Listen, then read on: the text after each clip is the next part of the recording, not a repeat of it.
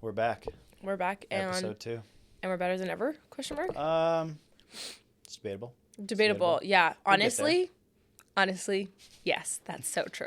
But I'm hoping it will be. Mm-hmm. So we'll leave that up to you guys to decide. But yeah, we are here. This is the Witness to Love podcast, sub channel, unabashedly real. Mm-hmm. We get into things. Right. And we just get real about it. Yeah, I feel like I've been thinking about, why we chose that name or how that fits both of us, I think, very well. I think it fits probably what we do in our work, like with our clients, very well. And then just like, kind of like who we are as people. I think there's an authenticity to both of us. I don't know what, the different things that have happened in our lives, our temperaments, whatever, that we just feel comfortable. Like, we don't want to hide from the hard things or the real things, and we just want to get into it and be as honest as we can be without being scandalous or, I don't know. We're trying to avoid sin. Yes, right. Yes. But I think there's a sense of authenticity that we just get. Mm-hmm. And I think that makes conversations about touchy topics or hard topics or deep topics interesting. So. Agreed. Shall we get into it? Yeah, well, let's maybe introduce ourselves, like what we do. Oh, yeah. Who are we? Do a little bit of that but you go first. Okay. My name's Aaron. I'm a therapist here at Witness to Love Family Counseling Services. A licensed associate Finally counselor. licensed. That's right. Look it so up. So exciting. Yeah, and that's kind of, Yeah, that's what you do. That's what's important here in this context. Married to my lovely wife, and I just like being real. Mm-hmm. So, yeah, and I'm Isabella Bryant, also known as Bella. No one really calls me Isabella Bryant, but I am a integrative and trauma-informed life coach here at Witness to Love. I don't think I said this last time, but I am very passionate about working with women who've experienced sexual wounds or any kind of unwanted sexual behaviors. So that's an area that I like to specialize in, just to open up that space, I think, for women, especially whether it's childhood sexual abuse, which I have also experienced, or unwanted sexual behaviors like pornography or anything like that, that I want to open that space up for women, because it's always kind of been seen, especially with unwanted sexual behaviors, as like a male issue. And just because I've been able to experience these things and experience some healing from them, I want to be able to like help women in that space. And I think just by sharing my story and knowing that I've gone through it, it can be a little bit easier to talk to me about those things. So yeah, I just wanted to put that out there, that's kind of the area I specialize in. Yeah. And I'm the producer of this podcast. Yeah, you are. So yeah, again, if you guys could just like and subscribe, show us some support, maybe comment, whatever it looks like, it would just help us grow this channel. And just share the good news with everybody on all the different platforms we can. Right. The good news being that we are here to witness to what the Lord is doing in our lives, the ways He is shaping us as just broken clay into something beautiful. And so, yeah, I love it. This episode is Aaron's, so yes. Take it away. So, let me read. I'm going to start off with some fun facts. Oh. That are they actually fun? Okay. No, not really. But I knew they were not going to be. Did you know that loneliness actually affects not just maybe your social circles or like your mood, it actually affects your body in pretty negative ways. Okay. So there is actually a study that showed that increased loneliness is associated with cognitive decline and a higher risk of developing dementia and Alzheimer's. Oh, my goodness. Yeah. Okay. So there's that. It's associated with higher blood pressure, increased risk of heart disease and stroke by about even over 25% for those two things. It's comparable to like someone who's a chronic smoker or obese. Wow. Right? The deleterious effects of those things are similar to someone who's chronically lonely. Okay. Poor sleep, like bad healthy habits, they just don't exist for someone who's chronically alone. And in the U.S. alone, the Surgeon General in 2023 declared a state not of emergency, but a crisis. There is an epidemic of loneliness. Epidemic of loneliness. Wow. Right? And here's something that's interesting. So the youngest generation, well, I guess that's Gen Alpha, but like Gen Z is more studied than Gen Alpha. But Gen Z is probably one of the most connected generations. Mm-hmm. So connected virtually, connected in the sense that most have a smartphone. Right. Connected in the sense that, you know, there's always a presence online usually. Mm-hmm. Gaming, all these different avenues of social media. Like more than Facebook, more than X, more than Instagram, there's Twitch, there's gaming, there's all these different avenues of connection. And yet they report the highest amounts of like loneliness, depression, anxiety, right? So I just found that super interesting. And so this week I wanted to talk about this loneliness epidemic, especially amongst maybe like Gen Z, young millennial, because, you know, I'm a millennial. Yeah. He's old. I'm old. Yeah, I'm 30, but it's okay. I'm a youthful, spirited man. He's not even that old at all. So it's just so dramatic. I know. Oh, That's what I'm telling you. But yeah, I think it's something that is, I really want to get into it. Yeah. Yeah. Oof. So what did you think of those facts? Did you know any of those? Have you heard those before? No, I think I did understand that, yeah, especially Gen Z, very lonely. I've seen some things of like the suicide rates for young women going up and different things like that. But no, again, the kind of psychosomatic, the ways in which our brain and our mental health affect our physical health. Yes. Kind of, so we were having a conversation earlier and I was saying our body matters when it comes to connection. So as you were talking about, okay, we have all of these different ways to connect and none of them are actually really with our body. Where I'm like sitting, like we get to connect here. I see your whole body. I see everything, how everything is going. I see your body language. And I think this might sound a little frou-frou, okay? But there's energy. There's like an energy to being around you. And yeah, I don't know if energy is the right word. Well, yeah, break that open. Oh, gosh. I'm so nervous that I even said it. Okay. No, I think I understand what you're saying. I think there's actually, people talk about this. I don't know. I haven't read any studies or like read books about it. And I don't mean like yoga, like energy, even though maybe they're on to something a little bit there. There can be, I think there could be a fullness. Maybe they're aiming at the right direction, yes, but they're still missing something. Right. But that we have, don't we have like we put out something to a certain degree. Our body has things moving through it and, so maybe let's say my emotions, you can see me expressing my emotions, or how I'm feeling or smiling when I see you, you receive that and there's a back and forth kind of like energy to being connected and physically in a space with somebody. Well, part of that, like micro expressions, like the way your eyebrows move, the way the creases in your eyes change when you're smiling, when it's an authentic smile versus when it's not an authentic smile, it just looks kind of fake. Those signal to the other person something, some kind of message. And that also is related to like mirror neurons. Right. So like when two people are having a conversation and their body language just slowly starts to match one another, it actually promotes a sense of like, oh, this person, I feel a little bit safer with them or I feel comfortable with them. And it's actually something we're taught how, like, do that with your clients in a therapy session. Try to see if you can match their tone of voice, their cadence when they speak, their body language. I mean, if they're slumped over, don't be slumped over. But you kind of want to be on their same level with all these different, with their bodies, with your body trying to match their body. So because that helps them feel more comfortable and so it's that kind of thing where I think with all these different ways you can connect online, a lot of them not even seeing the person, right? Yeah. We do have some things where maybe people are video calling or whatever, and I think that's a step up. I will say that's a step up. I still don't think it's the real thing. I agree. And you can't do any of what we just talked about. See the creases in their eyes, or like see the smile on their face when they see you. That is gonna give me joy and serotonin and like happy, all the happy feelings and thoughts because this person is excited to see me and I can tell through their body and what Yeah. they're saying to me, that they love and care about me.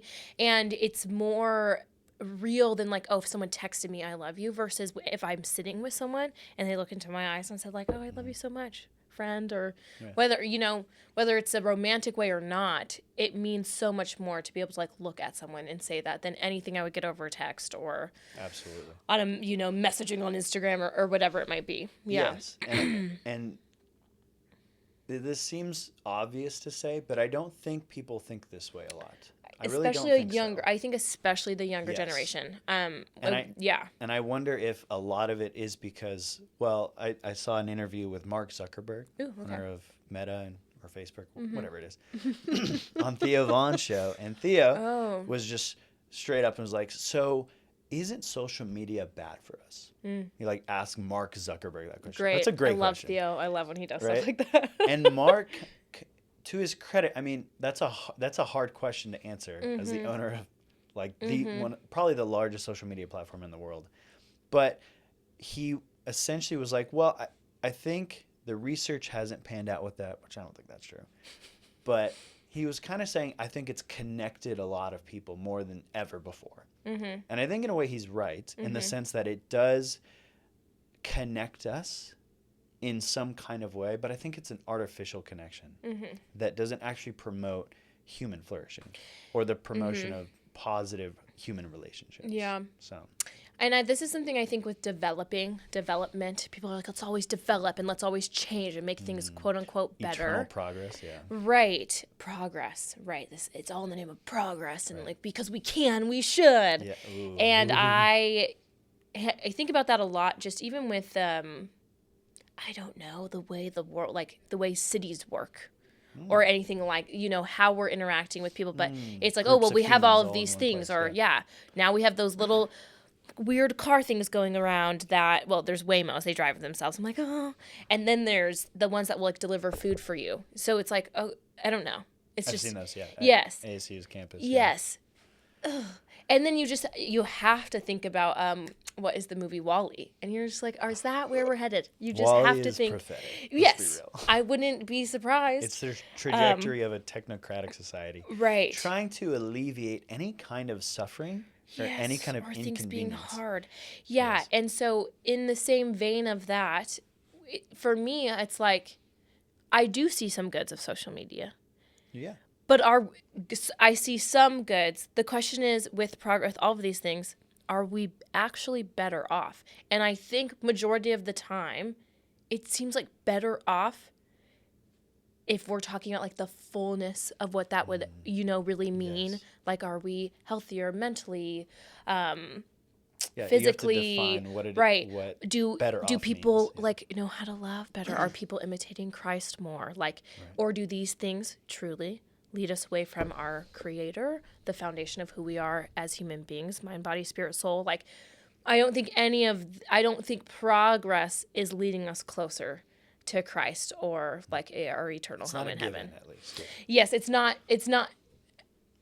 Yeah, there may be parts of it that are, or like the way that we can. So it's this weird thing with social media. People even talk about, I feel like I'm going a little off topic, but they'll talk about, okay, we can like minister on social media. We can evangelize. Mm-hmm. But I'm like, the reason we have to evangelize so much is because of social media in the first place. And the way we're getting taken away, that we're being everyone's being way, way more a part of the world.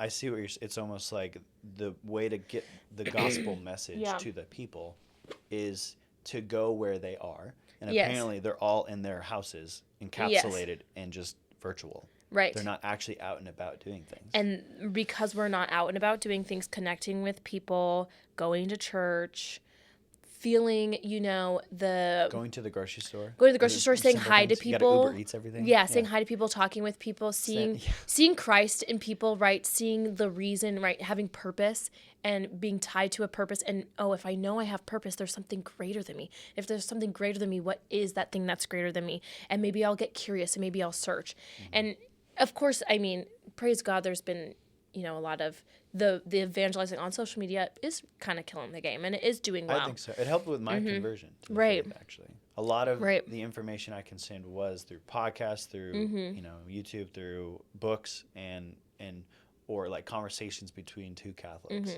or a Catholic and a Protestant. And it was like, this is really good information to have. Right. So there is some good there. I Yes, see that. like, but it's almost like it's But coming at what out cost? of, it's the only reason it's really, not the only reason, but a big reason it's there is because at the cost of, progress has cost us a lot. I think it has disconnected us from these like core tenets of who we are as human beings. And so that falling out of faith that has happened within, I mean, maybe the last 100 years, where because we can do so much for ourselves because we progress. Right. We don't need God. But people used to need God because they had to pray the tornado didn't tear their house down, you know? Dang it, Mommy. It's coming again.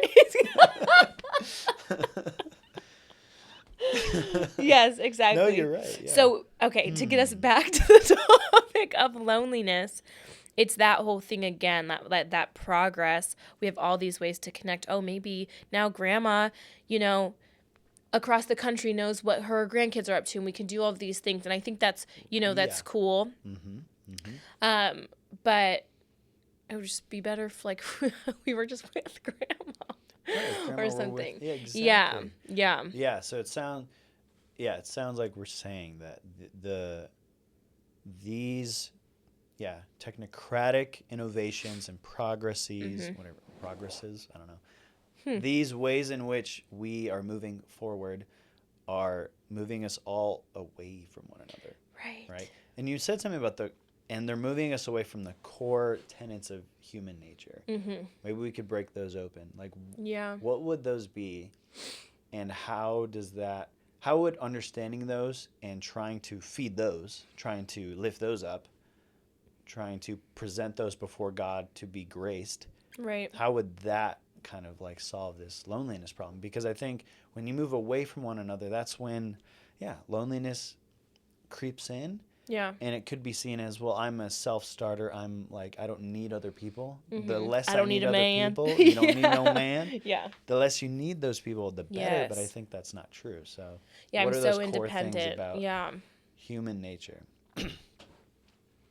Yeah, I think the biggest thing that comes to mind, of course, is that we're made for connection. We're made for love. So what is love, right? We have to connect. If I love somebody, I have to be able to connect with them in a certain way, have relationship Yes. with somebody. Right. And you can't have a relationship with something like a celebrity or someone who doesn't know you exist, but you love and have affection for them. That's not love. That's not a relationship. It's not a relationship. Yeah. And we're made for relationship. We're relational beings. Yes. We're relational beings. At our core. We are constitutive of relationship. Like, we, at every moment in our lives, are born in relationship.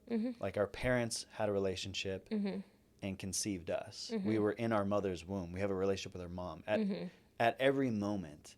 And even before then, like, our very nature, our souls were created by a creator. Like, we are creatures, which means we have a creator. So, like, there is never a time when you're not in relationship. So clearly there's something about being in a relationship forever, from your very beginning until the end of time, or whenever, forever, that is important and vital and necessary to the human condition. Right? Yes, 100%. And what does it mean to be in relationship with somebody? It doesn't. So, like, I think about, there's a stat about kids today. They maybe spend 30 minutes with their parents, like chatting with their parents. Really? A day. There's this stat. I don't know where it was. I can't tell you if someone can find it. Correct us. We're not geniuses. Yeah. Okay, please correct us. I'm not a researcher. I just heard this, that more and more, sports, school, work, whatever, parents are spending less and less time, like, serious, we're talking about our life and what's going on time with their kids today. Which is crazy. We used to have dinner every single night, all me and my siblings and my parents. Yeah. And, like, chat and laugh and have a great time. 7 siblings. So. Yeah, and I do have 7 siblings, so it was a lot. And I mean, that has changed with the years, but I mean, I was living at my parents' earlier this year and last year, and still often throughout the week, like, we'd be sitting at dinner, and it's obviously not all of the kids are there, but with the younger kids, and chatting about school, chatting about different things. Family dinner is so important. So important. Yes. And I think that's kind of the thing I'm talking about with relationship is to be in relationship with you, I have to spend quality time with you and get to know you and be curious about you and ask questions. And I think that's pretty. I think kids, first of all, aren't really experiencing that a lot, maybe with their friends, because I think I don't that's know if learned. they know how That's you learned in the anymore. home. That's what Yeah. I'm kind of saying. So if you're not spending time Yeah. with your parents, maybe you also. Yeah, okay, I can bash on this. We're Catholic. People aren't having kids. People aren't Yes. having a lot of kids. So there's kids out here with like no siblings. Yeah. Right? Yeah. So I think it's great to have siblings and you should give your kids siblings. I agree. No shade more. And every where it's like they're an only child every single only child expresses they would have wanted siblings. Yes, my mom was an only child. Yes. She was like, I wish I had a brother Yes. or sister or whatever. Right. Yeah. And of course, there are cases where that cannot be helped. So I'm not going to judge Yeah, that it's not space. a blanket judgment. Yes, at all. Just that, how do you learn how to connect with people if both your parents work and you're an only child and they're not going out of their way to connect you with people, people in your community. There's a lot of kids when I was working at Child and Family Support Services their parents didn't have any friends, or their parents had friends who weren't married with kids. All of my friends growing up were all of my parents' friends' children. That was all my friends growing up. Yeah. I was, and then like some friends from, school as I started going to school and different things. But when I was young, very little, those were my friends. And I, learned to connect. They had siblings, they had big families. So I guess it's just like that's tragic to me that there are so many kids today not experiencing connection with siblings and their family, which is where they're going to learn what it really means to connect and be loved. It begins in the home. Mm-hmm. Yeah, it definitely begins in the home. And you have to, there is a cultivation that you as a parent, I'm not a parent, but I feel I can say like, it. I'm thinking of have you seen I'm a mom. You're a mom? Mamacita? Have you seen that from Love Island? Okay, I'm sorry. Bella, you think I watch Love Island? No, but it's a reel on Instagram. I do not watch I don't watch Love Island. Let me clarify. I just want to clarify. Let me really clear that up. No, I have not seen that, but now I might go see it. But I think there is like. Sorry, I'm so sorry. It begins. I'm like waving my hands, thinking that'll bring it back. But there is a fundamental aspect of the family that teaches you human relationships. I mean, that kind of is like what the family's for. For the purpose that you know how to obey the commands of Christ, to love your neighbor, so that you understand what it is to cultivate a relationship with God himself. Right? Like that begins in the home. And when I think, the term iPad kids. Right. Like when these devices, and it's not just devices, but like there's something blocking that connection. Could be like, it's just, it prevents this developmental milestones from being developed. Like this ability to socialize, to recognize facial cues, to recognize like humor, sarcasm, to recognize anger, sadness, different emotions in other people. And you can't do that through a screen. Okay. Go off. Everything you just said, 100%. To kind of go off of that, the social cues, recognize these things, that's uncomfortable. Let's be very clear. Getting to know people, getting to know new people. It's uncomfortable. It's awkward. And I think so awkward. Oh my gosh. Embarrassment happens probably mostly all the time.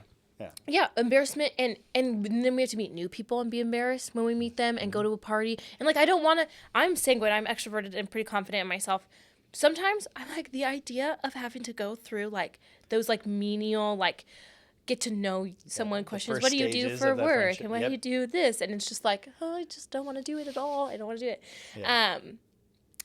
That's really hard. And I think there's, with the rise of social media, there's kind of this, people talk about like being nonchalant. Like we're just so nonchalant. I'm just like so cool. And like, I'm just like not worried about things. And like, I'm just like, I don't get embarrassed. Like, I don't do whatever. I don't go out of my way for anything, that might put me in an uncomfortable position or maybe make people see me in a different light. That people think, I really do think there's kids where it's like, I so don't want to be embarrassed. I so don't want to have these hard conversations and be uncomfortable. And talking to someone over text on social media is way safer and easier. Where like I've had, clients kind of say like, I really struggle talking to people. So I'm often just finding myself talking to people online. And even in that, it's like, you're always going to struggle unless we put ourselves out there. And we have to get through that really uncomfortable area until we find the people we're comfortable with. And, it's worth going through that. You'll learn like, oh, this is something, when I say this, people usually react this way. Right. That's cool. I can hone that in. Like, I learned like, oh yeah, if I ask a lot of questions, people are more chatty and they'll ask me questions. Like basic, simple social skills, right? And I grew up with a family who like lived this out. So I grew up, my family wasn't like this, but it was a family friend who I'd go to his house all the time because they always invited me over. And they were the most extroverted people I've ever met in my life. They had 550 people at their wedding. Oh my gosh. It was insane. Yeah, almost half 1,000 people. It was insane. Wow. And they knew all of them intimately because they just loved people. People were always going in and out of their house. Nearly all those friends had their garage code. They would just type it in, and people just walk in. And I'm like, what is this? This is crazy. That's so awesome. Just had this. And they taught me, like, this is how, a simple acronym, FORD, F-O-R-D. To ask about family, occupation, recreation, and their dreams. Those 4 things will usually get people going. I love that. I was like, that's so simple. Right. And it stuck with me, and I learned that in, like, 5th grade. Right. So, thankfully, I had tangential families I could be a part of. And it sounds like you had a big family with a lot of friends, cousins. Like, you were able to hone these skills. And that's cool. And thank God for that. But not everyone has this. But not everyone has that. Right. Not everyone's blessed with that. Not Actually, everyone's a lot in of people cool I think don't. I think a lot of people don't, and which is why I can see the appeal of being connected virtually. It's easier, and you can connect with a lot of people, and it can seem rewarding. Even simple things like getting a like or a comment on your post, those are rewarding. Yeah. Right. And so, but it at the expense, I think, of like, but you're not really like socializing with people. Right. And that doesn't, I don't think that, that does not, there's a word I'm missing. That doesn't like actualize in your real life. Just because you can connect with people online, it does not translate over to your real life. And realistically, you're going to fill that gap. You're going to feel it. Like, it's not, there's a gap there. I don't think it's going to, because we have to do things in the real world, right? Yes. You're going to go to school, you're going to go to the store, and you're going to realize, in those moments, I'm not connecting with these people. And hopefully, like, we want to. Yes. Absolutely. And I think everybody wants to. Because no one would say, oh, yeah, I do want to spend my whole life online. No one would say that. I don't know if anyone actually seriously says that. Yes. Yeah. Right. I think they say that, or it's out of fear, or I don't know. Maybe some people would say that. But it's not because they actually. I don't think it's a self-knowledge thing. Yeah. I don't think it's like, I know myself so well. It's like, this is what I'm used to and what I'm comfortable with. So I will just spend my whole life, gaming, talking to people online, whatever. Being on social media, being on YouTube, whatever that looks like. I love that you described it as a gap. Yeah. Like, there's a void there. And I think that's when that void becomes big and you feel it more, that's like loneliness. Yeah. Which leads to depression, which leads to horrible outcomes like suicide, which leads to despair. Right. Like, when there's a void there that isn't being filled, and not that just having friends and family will fill that void. We don't believe that as Christians, but it is essential. It's a part of it, of filling the void. But that gap is real. It's really real. And it hurts. And I want to address that. Like, that's kind of the theme for today, is like, that loneliness feeling is wounding and it hurts. And it's an epidemic. Yeah. And it's really unfortunate. Right. And I wonder, I'm thinking, it's kind of hard to speak on it a ton. So I'm thinking about two things. One, I did have an experience in my life, like living in LA when I was 19 and 20 years old. I moved to LA and I worked for a nonprofit, and I was away from literally all my friends and family because my friends from college were 2 hours north. My family was in Phoenix. And my like day to day, I did not know like most people around me. I would go to the office and there were a few people at the office, very small and very extroverted, didn't really fill my cup. Um, and it was actually the hardest time of my life. So I think I can speak to it in that way, but it just, even in that, so right, I was in that experience where it was like my immediate environment was lonely, but I had a lot of friends in college that I could still see. I had my whole family, all my friends in Phoenix. So it wasn't like I didn't know how to interact with people socially, or I don't have friends and family. Yeah. It was just like I was in a space, and I knew some people around, but I didn't really know what to do. I was really young, but I was working with adults, but I was not 21, so I couldn't like go to bars and like socialize and meet people in that way. There was like the Catholic churches that were around me were not, no one was my age. Yeah. So I found myself in a rough spot, and I didn't really know how to, and a lot of unhealthy behaviors came out of that. Let's just, to be very honest, like a lot of coping mechanisms came out of that. And coping with that right. loneliness. And I went out to get that connection and love and affection in a very damaging way for myself. And so I can just see how I see that even amongst having friends and family, people move places and do whatever. And that loneliness creeps in, and it wasn't a slow build. Yeah. It was like I immediately felt a lack of, connection with people around me, and it was very lonely. And that's just, and so there's two things we're kind of talking about here too, being on the older end of Gen Z. I'm not an iPad kid. I didn't have an iPhone until I was 17 years old. Yeah. Definitely like had, different things. My parents really didn't let us have anything. I was always like sneaking away stuff, whatever. Classic. But yeah, so I grew up, I don't know, really playing and reading a ton and imaginative play, creative play. So there's. You had boredom, which is okay. Yeah, yes. Very okay. Yes, we did have some boredom very much. And like really, like we have to get outside, we have to do these things and just have to hang out with my family and my friends. Like that was the thing to do. It's like there was never, I'm just going to I had kiddos I've worked with who their friend would come over and they would like sit on their bed. These high schooler kids that I used to work with at Child and Family Support Services, both watching shows on their phones separately. Not watching a show together, because I'll watch a show with my friend. Yeah. I love that. Yeah. Watching separate shows, like laying on their bed together. Something tragic about that. Kind of wild. Kind of wild. So there's that dynamic of, yes.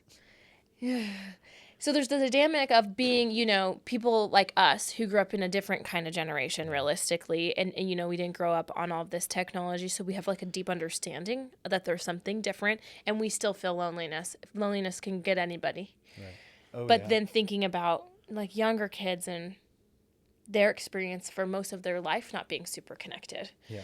That sounds worse because, oh my gosh, I should stop yelling. That sounds worse because the despair and hopelessness there, I feel like you're not relying on like, remember those memories as a kid, or like I could get back to this thing, or those experiences. But like I've always felt this void. I've never known how to connect with people, and so then I'll never be able to figure it out. Yeah, that sounds horrible. It's tragic. Yes. Yeah. Right, and so I work with a lot of men who come from backgrounds similar, where it's a mix of just parents who don't know how to socialize well, who don't value, like maybe dad doesn't value a lot of interaction with kids. He's more of just, I provide, and I'm there, but I'm not really like in like deep relationship with my children. Or like clients whose parents just, I don't know, it could be even worse, or abusive, and it's not a good environment at all. And so they turn to video games, they turn to social media, they turn to YouTube, right? They turn to these places of rescue and, refuge. And now they're in their early 20s, late 20s, early 30s, and they're trying, it's almost like, it sounds like they're in high school again, trying to learn how to interact with other people. Right? Yeah, which they is never so had the hard. chance. Which is It's so hard in high school. High school. Imagine being older. Yeah. Exactly. And so, and I think it's just a tragedy. I just want to bring awareness to it. And I want to maybe just help people kind of work through that. Right. And we were talking about the things that are innate to being a human. Right. That, what was how did you word that question? Core tenets of human nature, right? Mm-hmm. And I think from a Catholic Christian perspective, one of those absolutely is our relationality. Mm-hmm. We are relational by nature. Right, by nature. Like at every moment in our lives, we're in some kind of relationship with another. We also do have, there is this idea of the self that is vital too. We are distinct. I'm distinct from you. You're distinct from me. And so that's important too. And that we have our reason, that really distinguishes us from animals. Exactly. Yeah. We're rational social creatures. We have intellect and will, a rational soul. So like these are constitutive of, human nature. Yeah. And so I think bringing awareness to your human nature and what you were designed to, how you were designed to thrive and flourish, because we're all designed to flourish. Yeah. And catering to that and addressing that.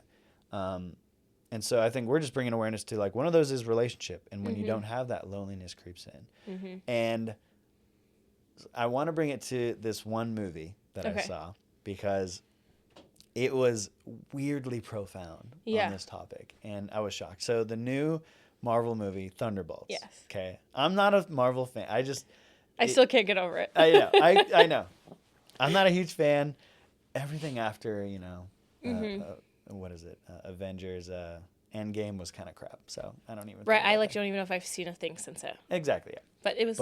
Thunderbolts was this weird mix of like, they were kind of unabashedly real. They were just kind of like, this is what, authentic and just real sadness looks like. And so the whole thing is this: the main villain. There's spoilers, so just heads up. The main villain. You haven't seen it, right? No, not yet. Let me walk you through this. Okay. Do you want to watch it? I'm going to spoil it anyway. I'll probably watch it eventually. Yeah. The main villain is this guy who was, as a kid, he was severely abused by his dad. Berated, physically hit. And his mom wouldn't help. And so she tried, she was just kind of weak and she couldn't get there to help her son. And there's this one scene where he's recalling a memory where his dad is going crazy on him. And his dad's going crazy on his mom. And he tries to step up and help. And his mom berates him for doing that. And she's like, you always make things worse, right? This idea. And that being spoken over him. And it rules his thinking. He becomes addicted to meth. Okay. He travels the world looking for drugs.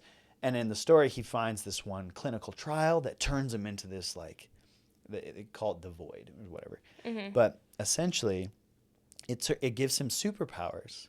However, what happens is he now finally he's discovering himself throughout the movie with these powers and, like, learning to do good with them until he gets betrayed, until he gets... Right. He gets almost essentially again knocked down and is told, you make things worse, you don't make things any better. And he just collapses. And his depression, his despair becomes his alter ego. And it's called the void. And it's just this empty version of himself with the same powers. But instead of doing good, he consumes the world. He turns everything into shadow. The whole world starts becoming this black nothingness. And people they don't die violently. It's this kind of poetic way where, like, he doesn't kill people passionately. It's like they just disappear. They just are gone. Right. And it was this kind of interesting dynamic where I've struggled with depression. And I watched this and I'm like, that's what depression feels like. Yeah. it just consumes your whole world. And it's not this loud, big thing. It's just kind of, everything just kind of dies. And it was insane. So that's happening. This is towards the climax of the movie. The world's being consumed. There's nothing that can stop it. Nothing. Like, it's like one of the most powerful villains in this like Marvel universe. Right. And nothing can stop it. And they realize that. Unless they themselves, so the ragtag team of the Thunderbolts goes into this guy's psyche. Okay? They somehow are transported into his mind, right? In his mind, he's still there, the main villain. But he's there as a kid. And it's the memory of his time with his dad. And so the team was like, I might tear up. It was like this moment where they're like, you have to face this. You can't let it consume the world. You can't let it consume you and everybody in it, right? And he's like, okay. And they're trying to face it. And he thinks he has to go in and like beat up this void part of him, this empty part of him. He has to destroy it, right? He has to. And is this the kid? This is yes. That's crazy. He's like fighting himself. Right. It's wild. It was so profound. And in this moment, he's beating himself up, like going to town, but it's clearly not working. The void part of him is laughing at him. It's like, you think that'll help? Like, it's this intense scene where he is trying to kill himself in a way, kill this part of him. And he's crying while he's doing it. And he's understanding that the rage that is built up at his own loneliness is there. And in this poetic kind of way, this scene is that his friends are there watching it, but as he's beating himself up, they're getting, it's almost like it's in a mind world, so it's like a dreamscape. So they're getting pulled further and further away by the environment. The environment is like closing it around them and pulling them further away.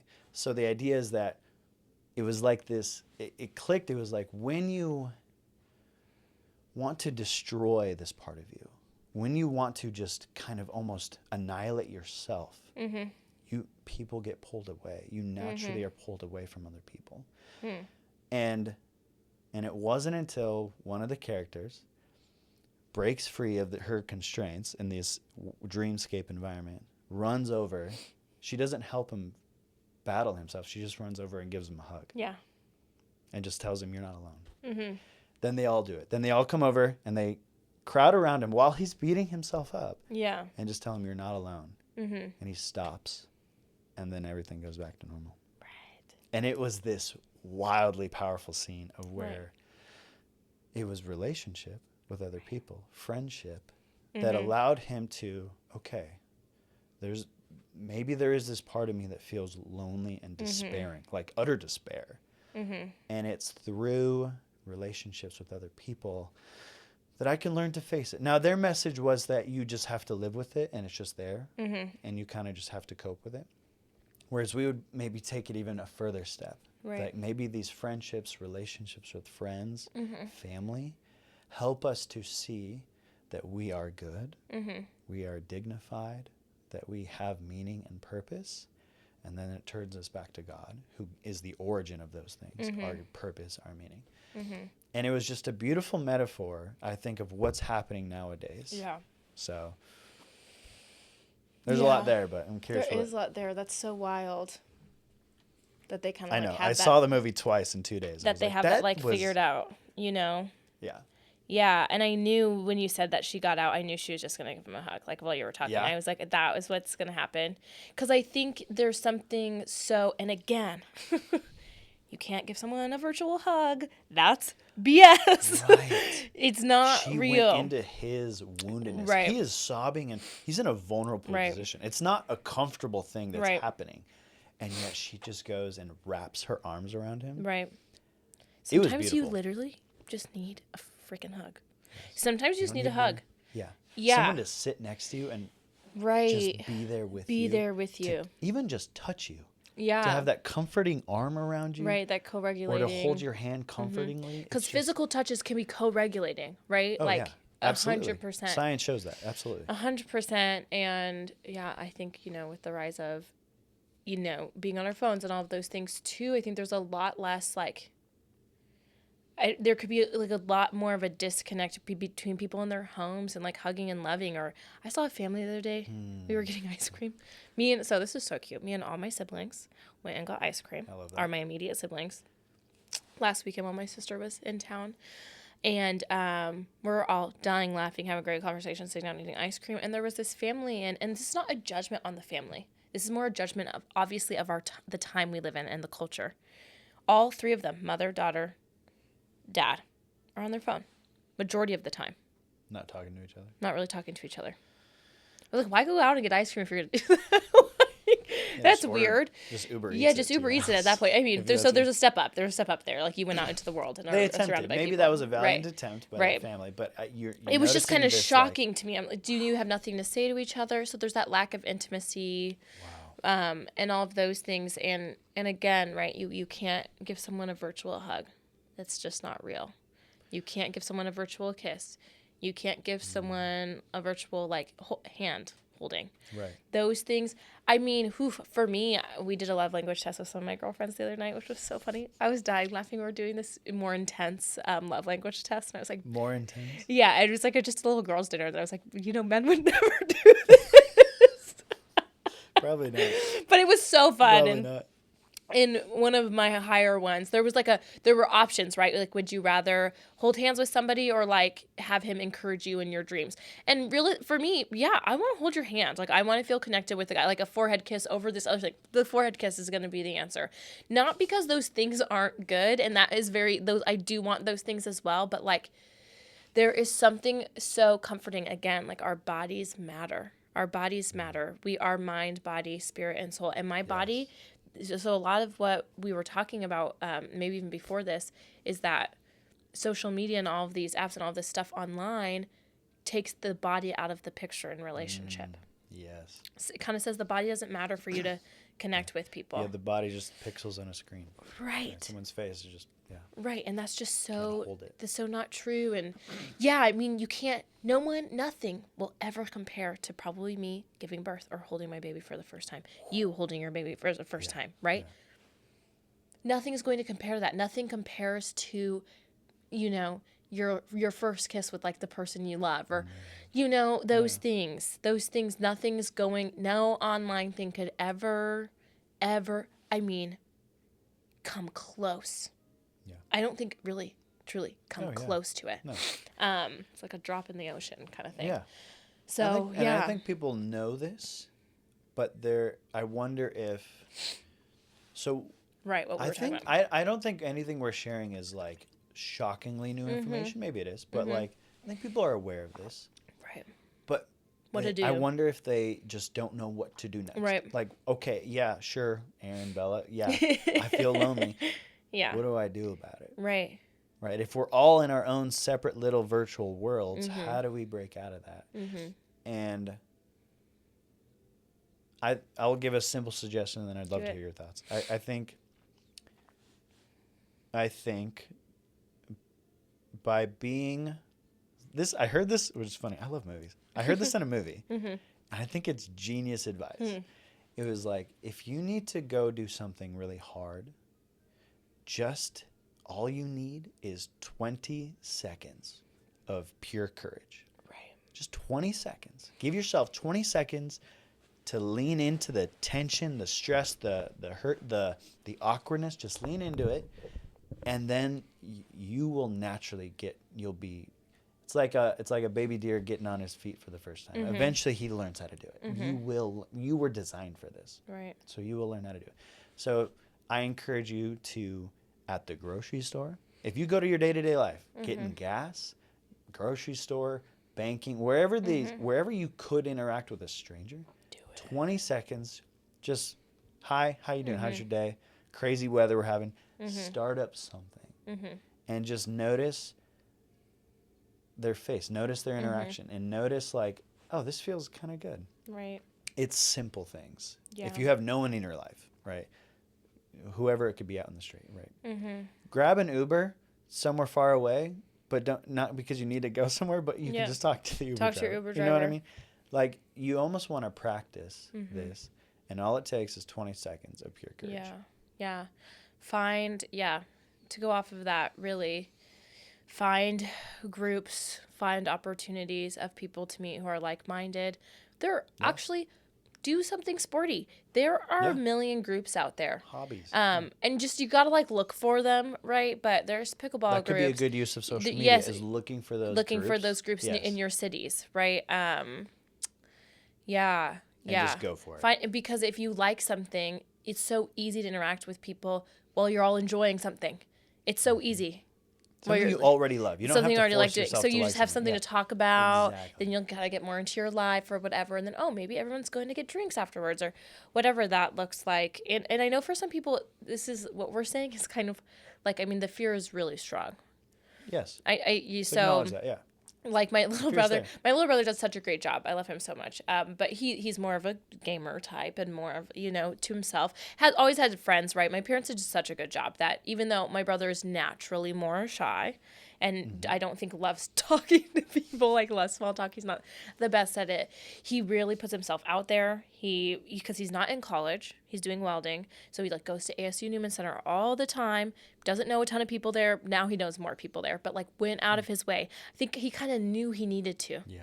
Or he wouldn't have community. Yes. Volunteers with like pro-life, goes and talks to people on campus. My brother, who sometimes just surprises me that he goes and like talks to people about abortion and gets some trainings and does this. Joins the Knights of Columbus. Done all of these things, right? And this is someone, I mean, he'll be like, he says, I can't talk to people. Like, I can't talk to girls. I can't do this. But asks girls on dates. And I really don't know where it came from. So maybe it doesn't matter if the skills are it. He's just going for it. He's just going for it. And it's scary to him. I don't think it's his favorite thing, And again, there's that balance there. I mean, I wouldn't date someone who plays video games. But he still plays video games. But he also, it's not his whole life. He works really hard. He makes good money and he does all these things, right? So, because I think potentially it's harder for men, I will say, older men with the kind of the gaming and the online and whatever meeting people versus for women, I wonder the loneliness I experience often isn't because I don't have any friends or I don't know how to talk to people. But it's like maybe like scared of being vulnerable or kind of being avoidant or you don't have any good friends. So with women, okay, because I have great friends, so I can't really speak into this as my experience. But secularly, like a lot of women, I think might not have good friends. Like I might not have friends who I can't open up or they don't care. They might be kind of more materialistic or whatever. So we're not talking about those things, and we're just buying clothes, going out drinking, doing this whatever, and. Like for high school girls, it might be kind of like a similar thing, like where this consumerism that's going on. I think there can be a big loneliness in that if you are a deep person and you want to enter into relationship differently, where it's not about, what clothes you wear, what you're posting on social media, but like, I want to have real deep, intimate, female friendships that I think for some people might be really hard because some people might just not care about that. Or maybe they do, they just aren't self-aware yet and they're so consumed by social media, like the desire to be famous on social media or like to post these things or to have all the clothes that the other people are posting about. And like, you go out with girls and it's like a lot of times they just want to take pictures and I don't know. That would be very hard for me. So I could see that for maybe everyone in that scene, even if you are the one like who is really materialistic or whatever, wants to do all these things, you still have that deep gap that we were talking about, that deep feeling of wanting connection. Absolutely. But this is maybe all we know. So, okay, I always do this. I'm going on a tangent. But kind of putting yourself out there, finding groups. There are a lot of, don't kind of deceive yourself into thinking there's nothing you can do about it. There is something you can do about it. Absolutely. Yeah. And thankfully, like it is by... You have the God of the universe. God bless your soul and your children. I knew that was coming. And your children's children. I appreciate You have the God of the universe on your side who knows this, who designed you this way. So it's not like you're fighting against the tide of trying to have friendships and relationships. It's not like you it's an impossible mission. Right. Like God will absolutely place people in your life. It may not be people you expect. Right. Right? Like God may just place your neighbor in your life. Maybe your next door neighbor needs a friend to talk to. And it's just as lonely as you. Even if they might be 30 years older than you or something. They might be different age, different everything. It'd be such a vibe. I want like a cool 30-year-old. I actually do have one. Anyway, sorry. Right? You could be friends with a 30-year-old. Someone super old. He's so old. And I think those are beautiful. It's the people next to you. And I guess maybe that was what I was trying to say earlier. It's not like you have to go to a different state or find that perfect community online, like flock to Steubenville or something like that. Right. You could. Maybe God's calling you that. Right. But it also could just be your next door neighbor. It could just be people in your life, and it doesn't have to be even, right, for some Catholics, it might be like, oh, the Catholic community out here isn't great. And fair enough. Fair enough. It doesn't always have to be, though, right? If you're lonely, like you don't just have to talk to Catholic people. Of course, that's nice to have people like super aligned with your values. But you can still join all of these groups and really just be that normal Catholic person that people know who like is actively Catholic. Like you go to mass and you maybe have, I don't know, you pray the rosary and you do all these things and you're interacting with people like a normal person, but they also might know, like you can bring up like you're Catholic and you don't have to argue with people if they bring stuff up. Like it doesn't have to be a whole thing. You could just, you don't have to evangelize. Like your evangelization can just be being a good person who like loves well and they're like, and is happy. And people might see like, oh, this, I want some of that. What are they doing that's different? People say that a lot. And I used to think that's kind of, no, you have to say something. But actually that's not, I did that exact thing. Yeah. I was at a job where I just was who I was. Yeah. I didn't do certain things, or I did do certain things. And someone there noticed that. I was like, what is this? And they literally asked me, like, why are you different? Yeah. And that's when I shared. And that opened up the conversation. Exactly. And it was crazy cool what happened. But I agree with you. So yeah. I feel like there's more things to it a little bit, like with the loneliness piece. So earlier I used like the word avoidant. I'm avoidant attached. If we're talking about the what does that mean? Attachment styles, right? So there's like secure, attached, avoidant, anxious, and ambivalent. They stem from your parents, what you had with your parents when you were young, and can carry over. Yeah, so like I had to deal with a lot of my life on my own, a lot of my trauma on my own, a lot of my life, and I got really comfortable doing that.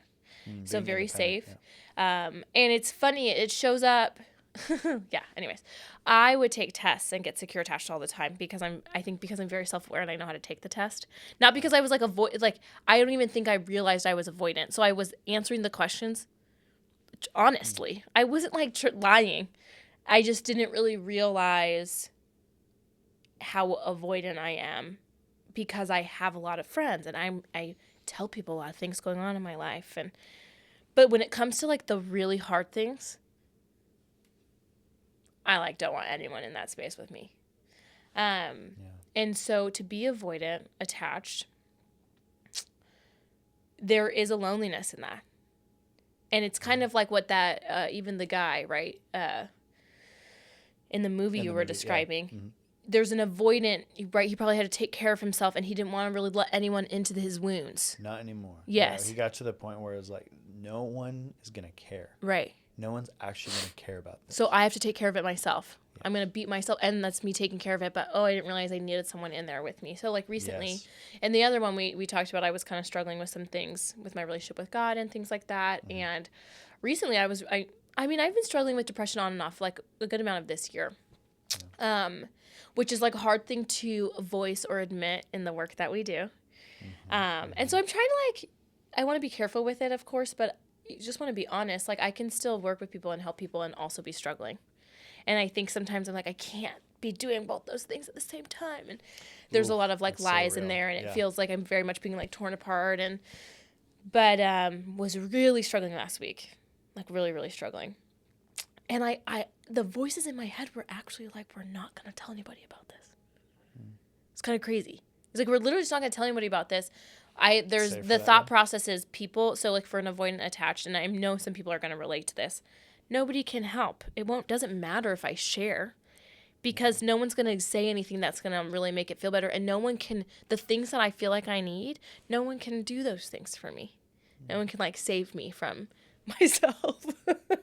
And I had this crazy experience where I like didn't really think I was going to share it very much. I had a friend come over. I talked to her about it a little bit, but I was still being pretty closed off. Okay. Like I wasn't being very vulnerable. And that's the avoidance. It's really hard to be vulnerable. I can share a lot of things about my life, but because those things don't scare me, I am not being vulnerable. People are like, you're so brave. For sure. I don't mind sharing those things. Right. The other things, I do mind sharing. And so my roommate comes in and we're chatting in the kitchen and I just started crying and like telling her everything I was feeling. It was kind of wild. I wasn't really expecting it. She had asked like one question that brought something up and then I was like super emotional about it. Then she like took the time. She very sincerely took the time, sit at the table, talk to me about, all the things I was going through, kind of try to give me some, not like advice, but like encouragement or like telling me again, one of like the things she did say was like, I was not alone in it. Like she's experienced this thing and That's all of that stuff. Comforting thought that you're not alone in it. Yeah. Right. And for me, there's a lot to it where like I hear that and the avoidant in me is literally like, I don't care. That doesn't help me. Right. Like whatever. There's just a big fight against really like receiving help or being comforted. Part of that might be like, I want it to be bad. Like I'm used to it being bad or there's, different things in that for people. But when I tell you the next day, I can't even, it was shocking to me how much better I felt the next day. Like lighter and whatever. And then she did all these sweet things. And this is again where I'm thinking, oh, she can't do anything that's gonna help me. Right, directly maybe with the problem. She can't fix it. But then she does all these anyways, this is like the power of a good friendship again too. Like goes to the store and like bought me some sushi so that I would have lunch the next day and like just different things that are so I have a packed lunch from her right now. 'Cause she was like, I had leftovers, so I was just gonna give it to you. Just so kind and just knows that like for me, actually, realistically, those are the hard things for me. Those little things, planning ahead, packing lunch, doing this thing, and there's things I was expressing to her, and she knows that about me and wanted to provide, support and care and love, like in that space that.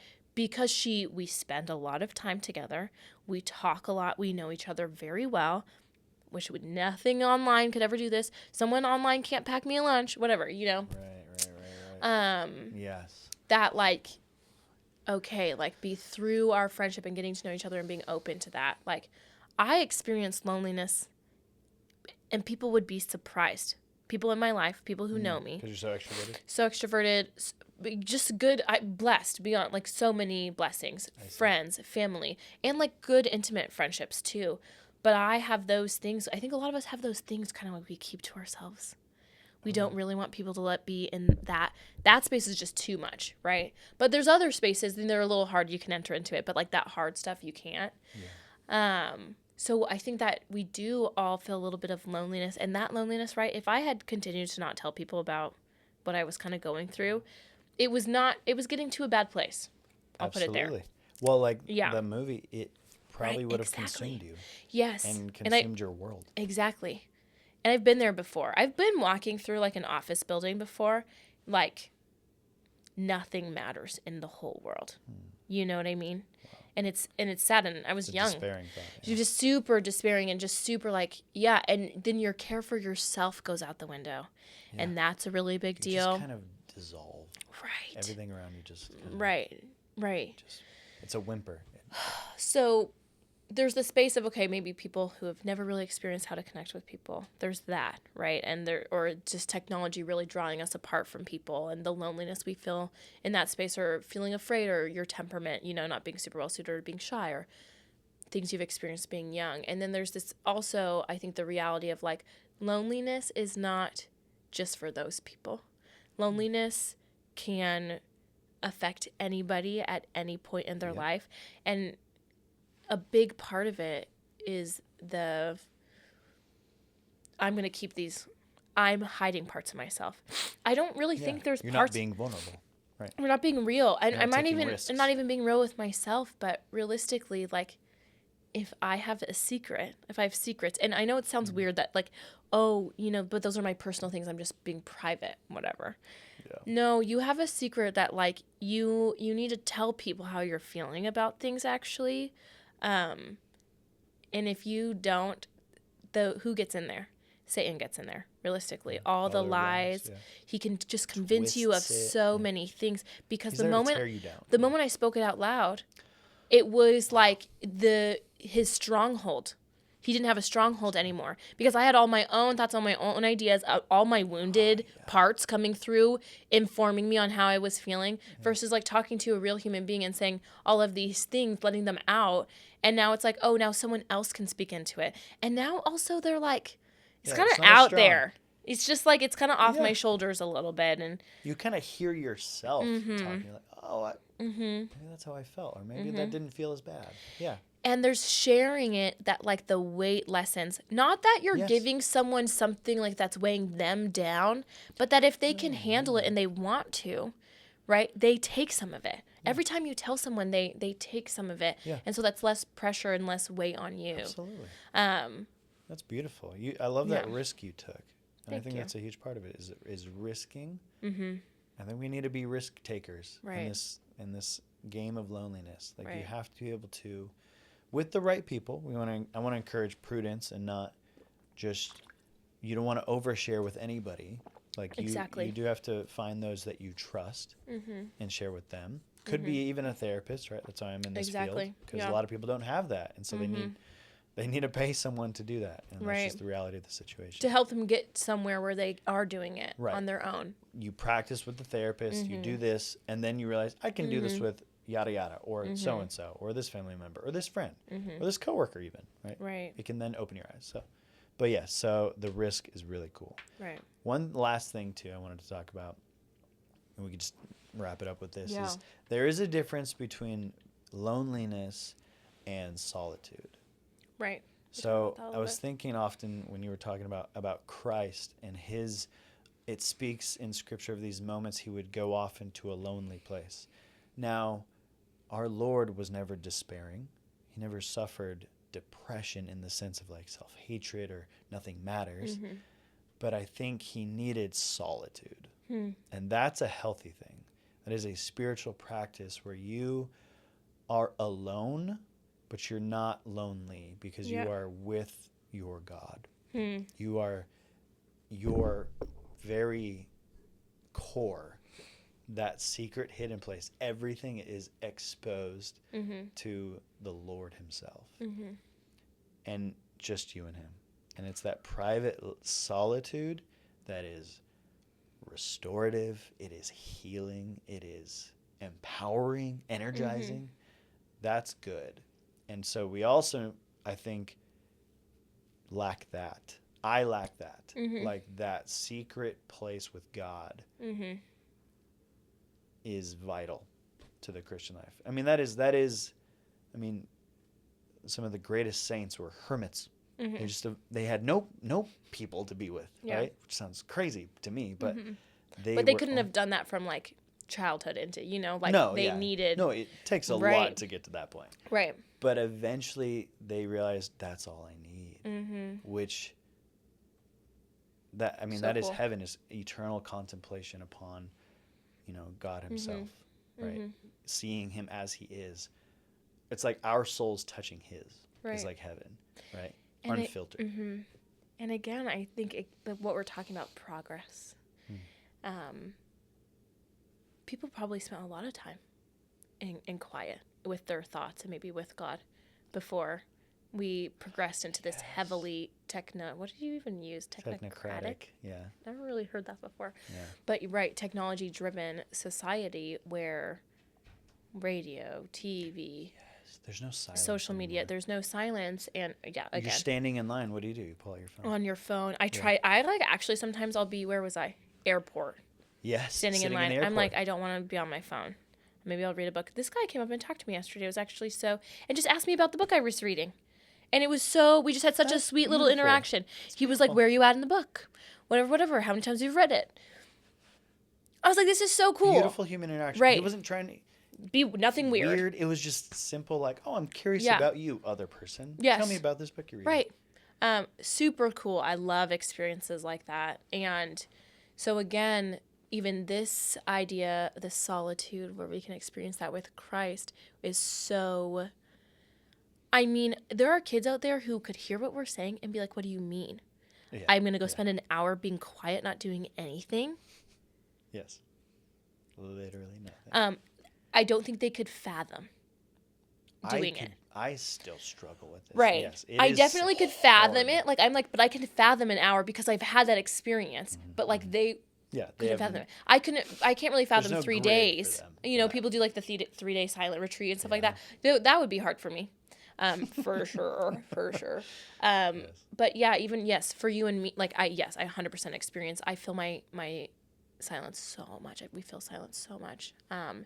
And it just, again, I think technology and these things are really taking us away from relationship with God, right? Of course, you know, not be in the world, not of the world.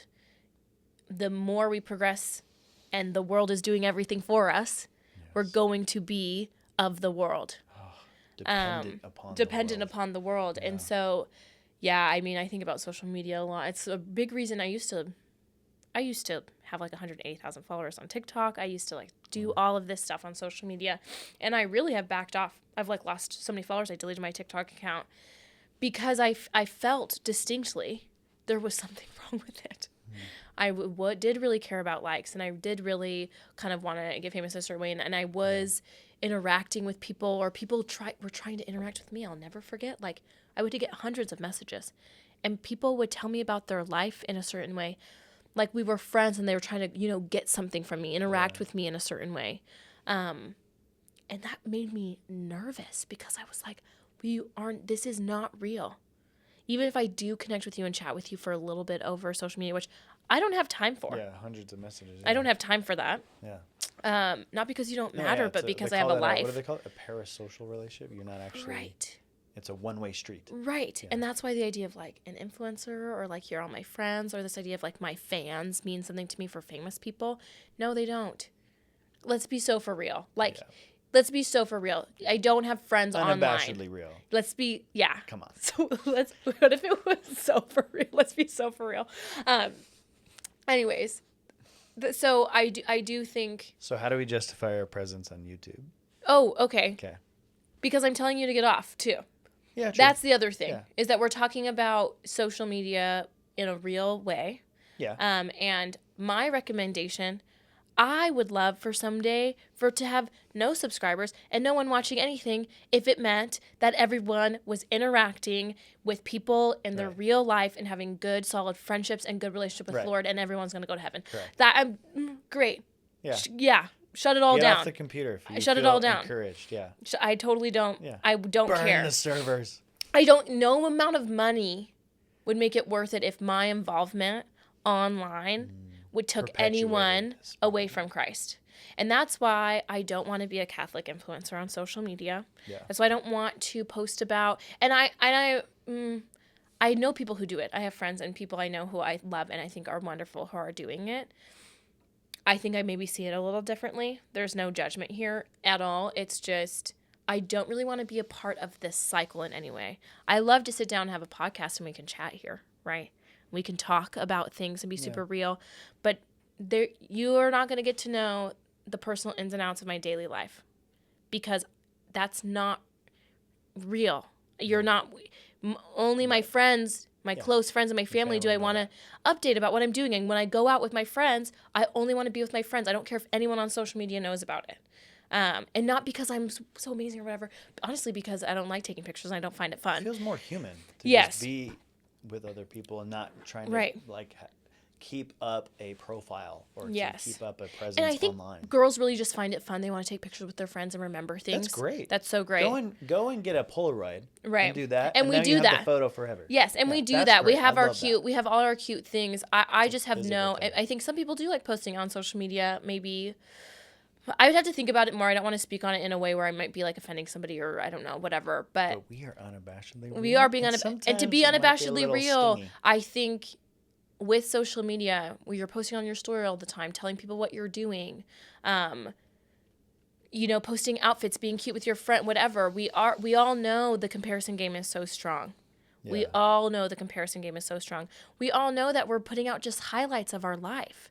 And that's kind of confusing. Not even a real, you are, it's almost like in those moments, I've noticed that you are now posing, like you are kind of faking something in real life to present something on social media. You're like, all right, everybody pose and do this. Let's go do a photo shoot with a different outfit. It's like a artificial way of being in real life. Yes. Like you don't just go and do that. Right. You are doing that for a purpose to show off on social media. And so so for me with social media, of course, at the end of the day and with a lot of things, intention really matters.